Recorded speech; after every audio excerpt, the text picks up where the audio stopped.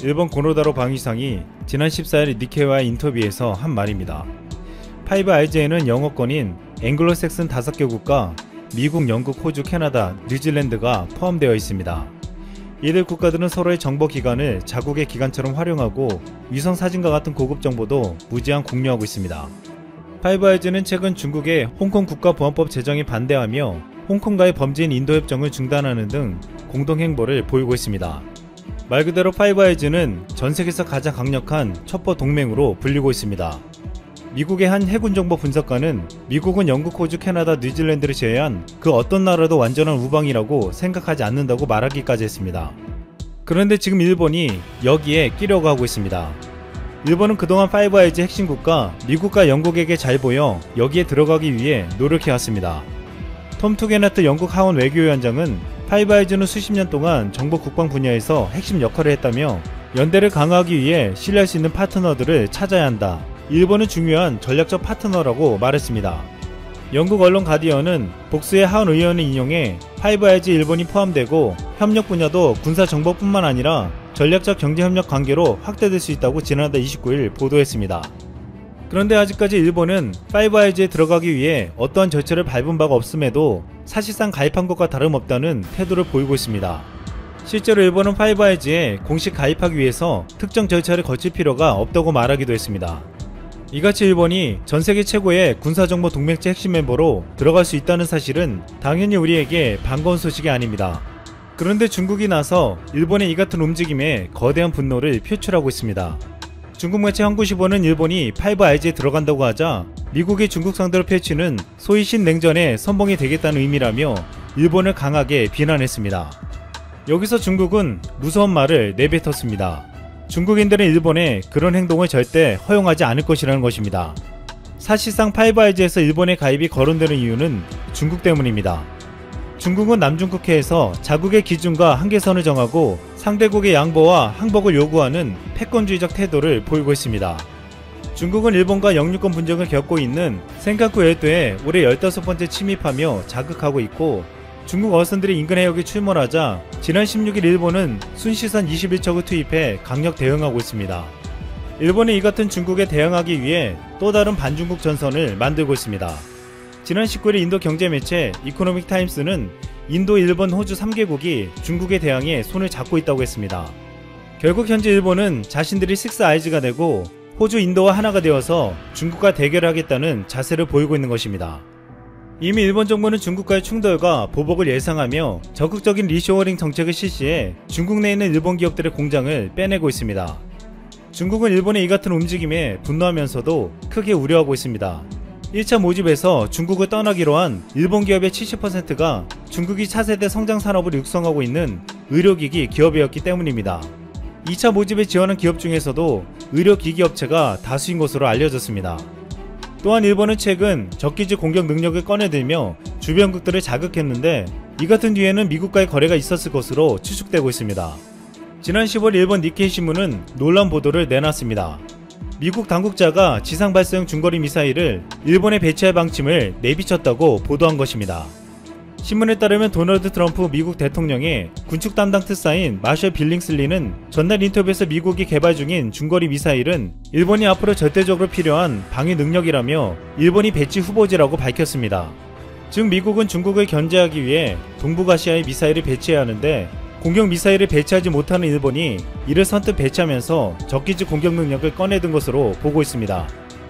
미국 빌링슬리 특사는 일본에 배치할 가능성 있는 중거리 미사일로는 지상 발사용 순항 미사일을 우선적으로 거론한 것으로 알려졌습니다. 또한 이 미사일은 아시아 태평양 지역에 안정을 가져다줄 방위 능력이라며 중국의 군사적 위협을 막을 수 있다고 강조했습니다. 빌링슬리 특사는 일본이 미사일 방위 일환으로 적기지 공격 능력의 보유를 추진하는 데는 가치 있는 일이라며 보유를 지지한다는 입장을 표명하기도 했습니다. 일본이 이렇게 세게 나오자 중국은 지금 이를 갈고 있습니다. 중국은 일본에 무서운 보복을 하겠다고 했는데 일본은 겉으로는 결상전을 할 것으로 보이지만 아직까지 일본이 중국을 무시할 수 없는 이유가 있습니다. 일본에게 있어 중국은 미국과 거의 비슷한 수준으로 수출 1, 2위를 다투고 있고 무엇보다 중국에서 가장 많은 수입을 하고 있습니다. 또한 현재까지 탈중국에 나선 기업 수는 중국에 진출한 전체 일본 기업의 1%도 되지 않습니다. 여기서 일본이 무엇보다 가장 두려워할 수밖에 없는 것이 자동차입니다. 일본 전체 주식시장 1위의 시가총액을 자랑하는 토요타 자동차가 감염병 사태에서도 중국 때문에 살아남았다는 말이 나오고 있기 때문입니다. 올 2분기 일본 7대 자동차 메이커 가운데 제대로 순이익을 낸 기업은 토요타 자동차밖에 없었습니다. 주요 메이커들이 바이러스 사태로 인해 휘청거린 데 비해 토요타는 100억엔대의 적자를 예상한 시장 전문가들을 비웃듯 흑자를 달성했습니다. 그런데 토요타의 실적을 떠받친 건 상반기 판매량이 2% 감소하는 데 그친 중국 시장이었습니다. 고급차 브랜드인 렉서스뿐만 아니라 카롤라 등 토요타 일반 세단까지 고르게 팔려 6월 한 달간 중국 판매량은 월간 단위로 최고치를 기록했습니다. 올 상반기 폭스바겐과 르노 닛산의 중국 판매량이 17%, 20%씩 줄어든 것과 대조적이었습니다. 그런데 중국이 일본에 보복을 해온다면 자동차가 직격탄을 맞을 것이란 전망이 나오고 있습니다. 일본 정부가 2012년 9월 11일 센칸쿠 열도 국유화에 나서자 중국 내 반일 감정이 대륙을 뒤집어 놓았습니다. 중국 내에서 일본 제품 불매운동이 벌어졌고 일본산 자동차가 주요 타깃이 되었습니다. 그해 9월 토요타의 중국 자동차 판매 대수는 8월에 절반 수준으로 감소했습니다. 자동차 업체의 부진으로 일본의 9월 중국 수출 규모는 전년 같은 대비 14%나 줄었습니다. 이 때문에 이번에 다시 중국이 보복을 해온다면 그것은 일본 1위 기업 토요타 자동차가 될 수밖에 없다고 보고 있습니다. 일본의 2분기 경제 성장률이 사상 최대폭의 마이너스 성장을 기록한 것으로 나타났습니다. 일본 내각부는 올 2분기 실질 국내 총생산이 전분기 대비 7.8% 감소했다고 발표했습니다. 이 같은 추세가 1년 지속되면 실질 GDP 증가율은 마이너스 27.8%가 됩니다. 이렇게 추락해가는 일본 경제는 중국 내 불매운동이 다시 격화되면 치명타를 입을 것으로 보고 있습니다. 일본은 지금 미국을 믿고서 중국을 견제하며 큰 소리를 치고 있지만 많은 전문가들은 미국은 언젠가 중국 길들이기가 끝나면 다시 손을 잡을 것이라고 말하고 있습니다. 그렇게 되면 미국 믿고 까불었던 일본만 타격을 입게 된다는 것입니다. 과거 한국에 사드를 배치했을 때 미국은 중국에게 우리가 보복당할 때 아무런 도움을 주지 않았습니다. 또한 최근 트럼프의 미국은 노골적으로 자국의 이익과 신뢰를 챙기며 움직이는 행보를 보여주고 있습니다.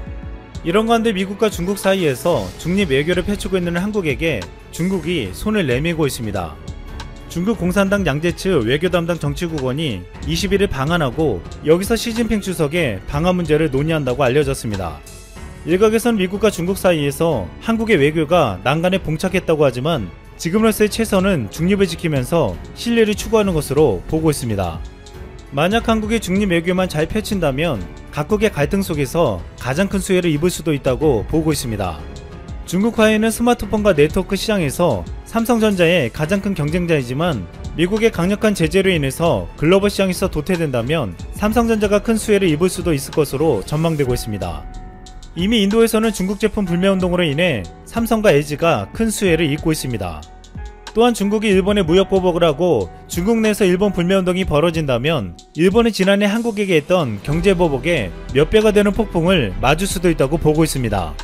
또한 중국이 일본에게 내주었던 시장은 다시 한국에게 기회가 열릴 수도 있습니다. 일본이 이 같은 위협을 무릅쓰는 이유가 있습니다. 일본은 중국을 견제한다는 명목 아래 미국의 편에 서서 군사력을 확장시킬 야심을 품고 있습니다. 하지만 잘못하면 경제가 완전히 망할 수도 있는 도박이 될 수도 있습니다. 미국 테슬라는 지난달 초 기존 자동차 업계 1위인 토요타를 제치고 시가총액 1위에 등극했습니다. 한때 전세계를 호령했던 일본 1위 기업 토요타의 시대는 지나가고 있습니다. 여기 한국에 크게 기여한 것으로 알려졌습니다. 한국인들 올해 현재까지 지난해 13배인 테슬라 주식 32억 달러어치를 사들였기 때문입니다. 한국의 코로나19 확진자가 다시 3차로 급격하게 진행되는 양상이 전세계에 관심을 받고 있습니다. 이 세상에서 한국이 막지 못한다면 코로나는 못 막는다는 외신들은 매일 한국 상황에 촉각을 곤두세우고 있습니다.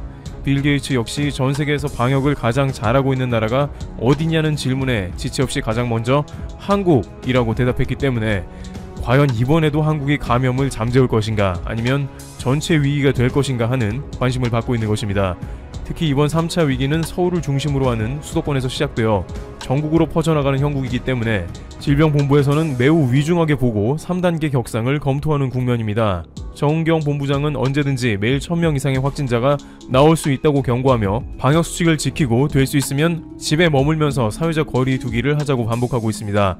자칫 확산이 심화되면 중증 환자 치료가 어려워지며 이제 병원에 입원하는 대신에 집에서 대기해야 하는 입원 전환이 이루어질 가능성도 매우 크기 때문에 의료 붕괴를 우려하는 경계의 목소리가 커지고 있습니다. 게다가 의사 파업도 일어나고 있어 일부 수술 환자의 수술이 지연되고 코로나 관련 업무에도 큰 차질이 생기는 등 사회적으로도 매우 위험이 커진 상황이라고 할 수 있습니다.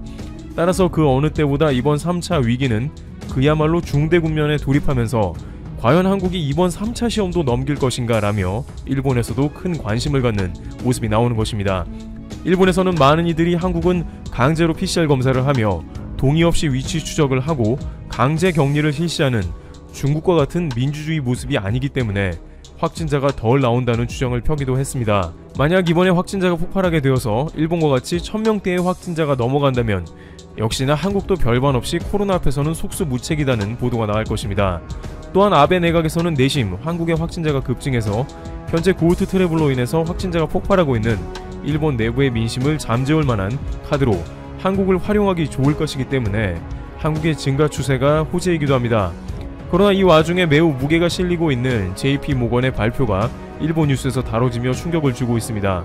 한국에서는 매일 확진자가 300명 내외로 나오기 때문에 그 자체로 심각한 분위기라 정신이 없는 상황입니다만 일본에서는 JP모건의 발표를 집중 다루고 있습니다.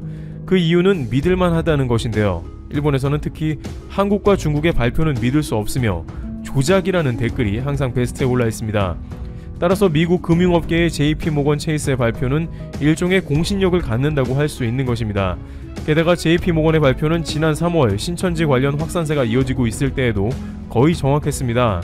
JP모건 체이스는 지난 2월 보고서에서 3월까지 한국 내 코로나19 확진자를 1만 명 수준으로 예상한 바 있습니다. 그런데 3월까지 실제 확진자 숫자는 9,786명이었습니다.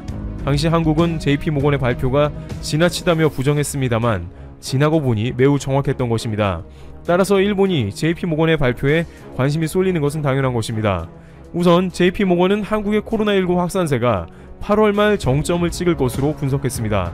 24일 블룸버그 통신 보도에 따르면 JP모건 체이스는 20일 내놓은 보고서에서 최근 다시 확진자가 큰 폭으로 증가한 한국의 코로나19 상황 전망 보고서에서 코로나19 확산세가 이달 말 정점을 찍은 뒤 11월 초까지 7,000명 정도가 추가로 확진될 것으로 전망했습니다. 어떻게 보면 7,000명은 굉장히 많은 숫자이기도 합니다만 일 확진자 평균을 내보면 일본 대비 상당히 적음을 알 수 있습니다. 11월 초까지 남은 기간은 2달 정도로 결국에는 그때까지 하루 평균 100여 명 정도의 확진자가 나오다가 결국 안정된다는 뜻이 되는 것입니다. 이것은 일본과 여러 가지로 격차가 큰 것을 보여주는데요. 일본에서는 하루 평균 확진자가 3,400여 명대로 나오다가 고우트 트래블과 일본 명절인 오봉이 근처에 다가오면서 일평균 1000명대로 급증하게 된 모습을 보였습니다. 일본처럼 그래프가 흘러간다면 3,400명으로 가다가 1, 2주 내로 일평균 1000명이 넘어야 정상이라고 보이지만 오히려 한국은 어느 순간 확진자가 급감한다는 것입니다. 여기서 일본 대중들은 고개를 갸우뚱하게 되는데요. 왜 한국은 중간에 갑자기 확진자가 폭발하지 않고 급격하게 감소세로 들어가는지 말이 안 된다는 것입니다. 그렇지만 유력 전문가 혹은 JP모건과 같은 예측은 안타깝게도 거의 다 맞아 들어가고 있는 상황입니다. 일본의 감염학회 전문가들은 일본이 8월에는 매일 1000명대의 확진자에 들어가게 되며 봉쇄가 없을 경우 9월에는 매일 10,000명대 확진자가 생길 수 있다고 예상했는데 일본 당국은 강하게 부정한 바 있습니다. 왜냐하면 당시 일본의 하루 확진자가 50명 이하였기 때문에 설마 하루에 1000명대까지 가겠느냐는 분위기로 일본은 한국과 확진자 수가 비슷하며 세계적으로 방역을 잘하고 있다는 보도가 나가고 있는 상황이었습니다. 그러나 6월경에 했던 그 예상은 정확하게 맞았고 일본이 방역을 제대로 하지 않게 된다면 9월에는 하루 10,000명대의 확진자가 나올 것이 예상되는 것이죠. 반면 JP모건은 한국의 평균치로 하루에 80명 정도 확진자가 나올 것으로 예상하는 모습을 보였습니다. 그러다 보니 일본에서는 다소 실망하게 되는 것이죠. 그런데 여기서 JP모건이 어떠한 방법으로 일본과는 다르게 확진자가 상당히 줄어들 것이라 판단했는지 궁금해집니다만 JP모건은 3월에 한국 확진자를 맞췄을 때에도 이에 대한 소스는 공개하지 않았습니다. 결국 회사의 기밀이지만 3월 당시 JP모건은 한국의 확진자를 JP모건 내 보험팀이 대구 시민을 인구와 코로나 바이러스 노출 비율, 중국과 비슷하게 흘러가는 감염 패턴을 기반으로 가정했다고만 밝혔습니다. 다만 위와 같은 자료는 한국의 질병본부나 외부에서도 이미 공개되어 있는 숫자들이기 때문에 어떠한 방식으로 진행이 됐는지는 알 수 없는 것이죠. 다만 JP모건은 3월에 폭발적으로 증가한 당시 상황과는 다르게 이번에는 한국 확진자가 11월 초쯤에는 다시 잦아들 것으로 판단한 것은 또 다른 변수를 넣었다는 것인데요. JP모건 체이스는 11월 초까지 하루 80에서 100명 정도의 확진자가 될 것으로 파악한 것에 대해서는 엄격한 사회적 거리두기 속의 검사와 추적이 강화됐기 때문에 이번 확산세가 이전보다는 크지 않을 것으로 내다봤다며 사실상 한국을 방역 강국으로 평가한 것입니다. 수많은 국가들은 일단 수백 명 이상의 감염이 되면 걷잡을 수 없이 확산이 지속되기 때문에 의료 붕괴는 물론이고 백신이 나와도 소용이 없게 되는 경우도 있습니다. BBC 라디오에 나온 영국의 과학자 월포트 박사는 인도의 경우 현재 하루에 7만 명의 확진자가 나오면서 백신이 나와도 확산세가 빨라 당장 소용이 없고 코로나가 사라지지 않을 수도 있다고 내다봤습니다. 또한 미국은 물론이고 유럽의 주요 국가들은 이미 하루에 수천에서 수만 명 확진자를 경험했습니다. 따라서 한국과 같이 수백 명의 확진자에 일단 돌입한 나라들은 극단적인 방안 없이는 사실상 코로나 방역을 포기해야 하는 단계로 진입할 수밖에 없다는 결론에 다다르게 됩니다. 해외 매체들은 코로나를 잡을 방법으로는 중국과 같이 사회주의 국가들처럼 강제로 도시를 폐쇄하는 방법이 가장 효과적인데 그나마 뉴질랜드가 가장 비슷하게 이를 실천해서 어느 정도 효과를 봤으며 한국과 같이 통제 없이 코로나 방역을 하는 나라는 전 세계에 없다고 극찬한 바 있습니다. 미국의 뉴욕타임즈는 이에 관해서 한국의 대중들의 놀라운 협조가 없이는 불가능했다고 밝혔습니다. 다른 어떤 나라들보다도 전시에 가까운 위기감으로 국민들이 방역에 동참하고 협조하고 있으며 다른 사람들을 위한 이타심을 발휘하여 집에 머무는 높은 시민의식이 동반돼야 가능하다는 것입니다. 따라서 JP모건은 끝내 한국의 코로나 확진자 추정 비법을 공개하지 않고 있습니다만 이러한 한국만의 특유한 변수들을 반드시 집어넣었을 것이라는 예상을 할 수 있는 것입니다. 서양에서는 여전히 마스크를 쓰지 말자는 시위가 이어지고 있으며 코로나 시국에도 해변에 사람이 몰리고 파티는 쉴 새 없이 이어지는 상황인데 이들은 하나같이 개인의 자유를 강조하는 목소리를 내고 있습니다. 하지만 한국에서는 거의 실시간으로 시민들끼리 서로 일종의 눈치를 주면서 마스크를 쓰지 않으면 도저히 사회생활이 불가능할 정도로 사회적인 분위기는 물론이고 IT 기술까지 갖춰져 있다는 사실입니다. 가령 지하철에서 마스크를 쓰지 않고 있는 사람을 발견하면 또 타 지하철 앱을 이용해서 그 자리에서 신고가 가능합니다.